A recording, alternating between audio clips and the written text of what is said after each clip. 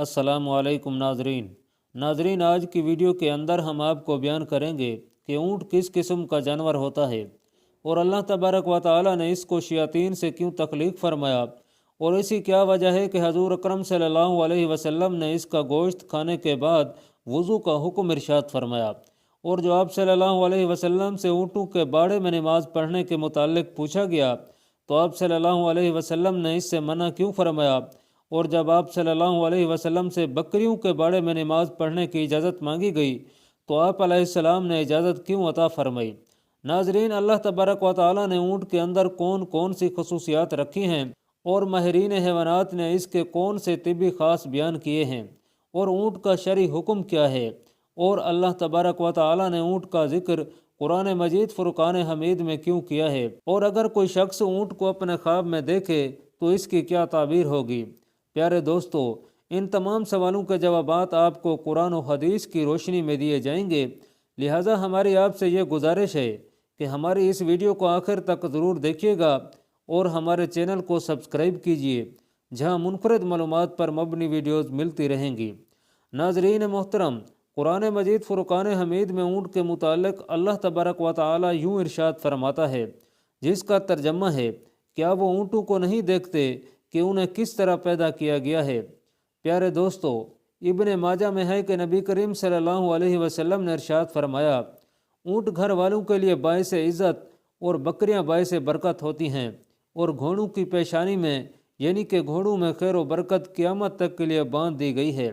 नाजरीन, ऊँट इस कदर ताकतवर होता है कि वो भारी बोझ उठाकर बिला तकलीफ़ पाँव पर खड़ा भी हो सकता है और बैठ भी सकता है, और अगर कोई चूहिया ऊँट की नकील दबाकर जहाँ ले जाना चाहे आसानी के साथ उसे ले जा सकती है। नाजरीन, ऊँट फर्मा बरदारी से मुंह नहीं मोड़ता। ऊँट की पुश्त इतनी वसी होती है कि इंसान अपना तमाम साजो सामान और खाने पीने की अशिया वगैरह के साथ इस पर सवारी कर सकता है और उसे ऐसा लगेगा कि गोया वो अपने घर में बैठा हुआ है। इन सब चीज़ों के बावजूद ऊँट इस मसनूई घर को लिए फिरता रहता है। नाजरीन, अल्लाह तबारक व तआला ने ऊँट की लंबी गर्दन इसलिए बनाई है ताकि वो बोझ लेकर आसानी के साथ बैठ जाए और भारी बोझ उठा सके। और ऊँट को खुश्की की कश्ती भी कहा जाता है और रेगिस्तान का जहाज़ भी कहा जाता है। नाजरीन, ऊँट को पानी पर सब्र करने की ज़बरदस्त ताकत है। चुनाचे अगर ऊँट को सफ़र में 10 दिन तक पानी न मिले तब भी ऊँट सब्र कर सकता है। इसी तरह ऊँट हर उस घास को खा जाता है जिसे दूसरे जानवर नहीं खाते। इसी वजह से ऊँट को तमाम जानवरों का सूफी भी कहा जाता है, क्योंकि वो खाने पीने में किसी किस्म का कोई नखरा नहीं करता।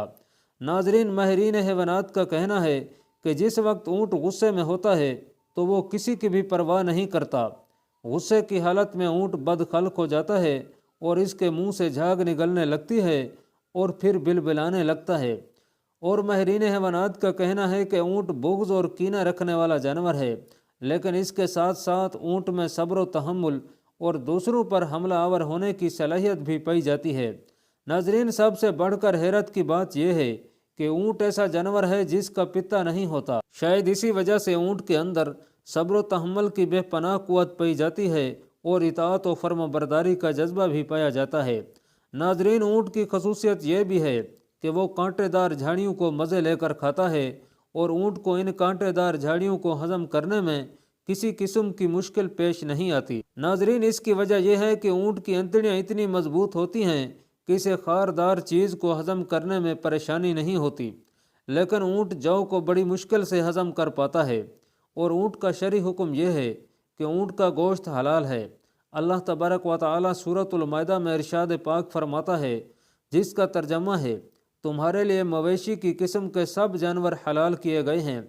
और ऊँट का शुमार भी चूँकि मवेशियों में होता है, इसी वजह से इस्लाम में ऊँट का गोश्त हलाल है और ऊँट के बाड़े में नमाज पढ़ना मकरूह है। नाजरीन, ऊँट के बाड़े से मुराद वो जगह है जहाँ पर ऊँट पानी वगैरह पी कर आराम करते हैं। सनन अबी दाऊद, सनन तिरमिज़ी और इब्ने माजा में बर्रा बिन आज़िब रज़ी अल्लाह तआला अन्हु से रिवायत नकल की गई है। हज़रत बर्रा बिन आज़िब रज़ी अल्लाह तआला अन्हु से रिवायत है कि नबी करीम सल्लल्लाहु अलैहि वसल्लम से ऊँट का गोश्त खाने के बाद वज़ू के बारे में सवाल किया गया तो आप सल्लल्लाहु अलैहि वसल्लम ने इरशाद फरमाया, वज़ू कर लिया करो, پھر آپ صلی اللہ علیہ وسلم سے بکری کا گوشت کھانے کے بعد وضو کے متعلق پوچھا گیا تو آپ صلی اللہ علیہ وسلم نے ارشاد فرمایا کہ تم اس کے بعد وضو نہ کیا کرو۔ پھر آپ صلی اللہ علیہ وسلم سے اونٹوں کے باڑے میں نماز پڑھنے کے متعلق سوال کیا گیا تو آپ صلی اللہ علیہ وسلم نے ارشاد فرمایا کہ تم اونٹوں کے باڑے میں نماز نہ پڑھا کرو، اس لیے کہ وہ شیاطین کا ٹھکانہ ہے۔ پھر بکری کے باڑے میں نماز پڑھنے کے متعلق سوال کیا گیا تو آپ صلی اللہ علیہ وسلم نے ارشاد فرمایا اس میں نماز ادا کیا کرو، اس لیے کہ بکریاں مبارک ہوتی ہیں۔ رسول اللہ صلی اللہ علیہ وسلم نے ارشاد فرمایا کہ اونٹ شیاطین سے پیدا کیے گئے ہیں۔ ناظرین محترم، علماء کرام میں اونٹ کا گوشت کھانے کے بعد وضو کرنے میں اختلاف پایا جاتا ہے۔ بعض علماء کہتے ہیں کہ اونٹ کا گوشت کھانے کے بعد وضو کرنا ضروری ہے، لیکن بعض کہتے ہیں کہ اونٹ کا گوشت کھانے کے بعد وضو نہیں ٹوٹتا، اور علماء کرام کی کثیر جماعت کا اس پر اتفاق ہے، اور یہی مذہب صحابہ کرام علیہم رضوان میں سے خلفائے اربعہ حضرت ابو بکر صدیق، حضرت عمر فاروق، حضرت عثمان اور حضرت مولا علی رضی اللہ تعالی عنہم کا بھی ہے۔ اور یہ جو حدیث پاک کے اندر ارشاد فرمایا گیا ہے کہ اونٹ کو اللہ تبارک و تعالی نے شیاطین سے تخلیق فرمایا ہے، علماء کرام کا کہنا ہے کہ اس کا مطلب یہ ہے کہ اونٹوں کے ساتھ شیاطین ہوتے ہیں۔ اسی وجہ سے حضور نبی کریم صلی اللہ علیہ وسلم نے اونٹوں کے باڑے میں نماز پڑھنے سے منع فرمایا، اور بعض علماء کا کہنا ہے کہ اس سے مراد یہ ہے کہ اونٹوں کے اندر شیاطین کے عادات و اخلاق پائے جاتے ہیں۔ اسی وجہ سے نبی کریم صلی اللہ علیہ وسلم نے ارشاد فرمایا کہ اونٹوں کو شیاطین سے تخلیق کیا گیا ہے۔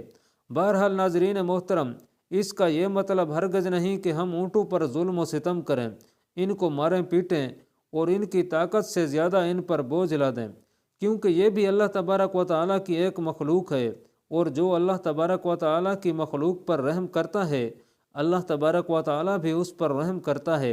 اور ناظرین، ماہرین حیوانات کا اونٹ کے طبی خاص کے حوالے سے کہنا ہے کہ اگر اونٹ کے بالوں کو جلا کر بہتے ہوئے خون پر چھڑک دیا جائے تو خون بہنا فوراً بند ہو جاتا ہے۔ اگر اونٹ کی چھچڑی کسی عاشق کی آستین میں باندھ دی جائے تو اس کا عشق ختم ہو جاتا ہے۔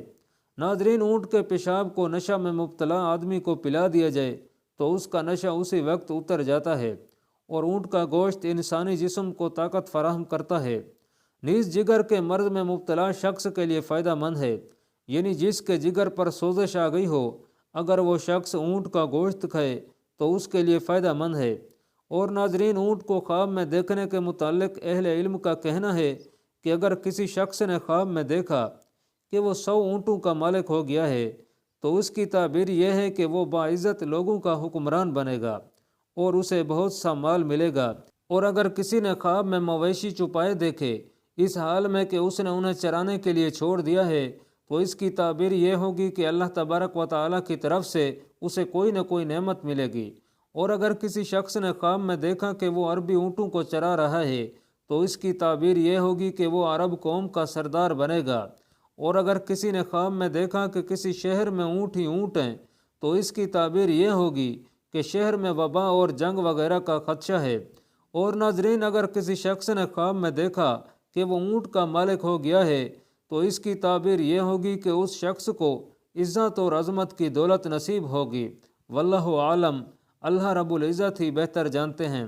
اللہ تبارک و تعالیٰ سے دعا ہے کہ اللہ تبارک و تعالیٰ ہمیں تمام مخلوقات پر رحم کرنے کی توفیق نصیب فرمائے۔